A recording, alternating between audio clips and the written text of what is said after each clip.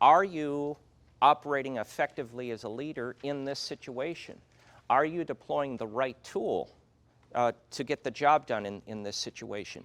If the only tool that you have in your toolbox is a hammer, you know, that works sometimes. What about duct tape? Duct tape. Now, how did you do, and just a quick observation or two, any surprises vis-a-vis this inventory? Did you score as a technical leader? Because subject matter proficiency is really important. You're productive, you get things done. The idea of being an interpersonal leader, making use of human relations and communication skills to link and align individual and collective behavior. And then, of course, strategically.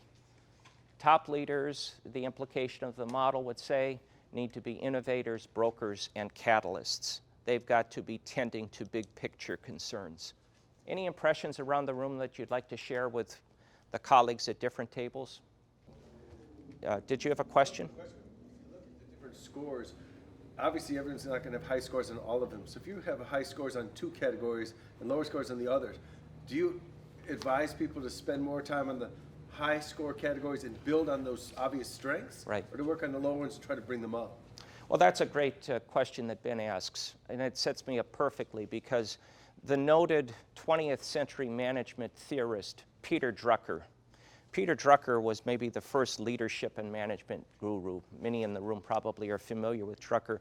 Drucker talked about working on weaknesses in the following way. He said the point of addressing weaknesses is to make them irrelevant. And let me just build on that by noting, I think the way to go is to play to strengths, to only play to strengths, because that's what people are best at. That's where their giftedness is. That's where their passion is.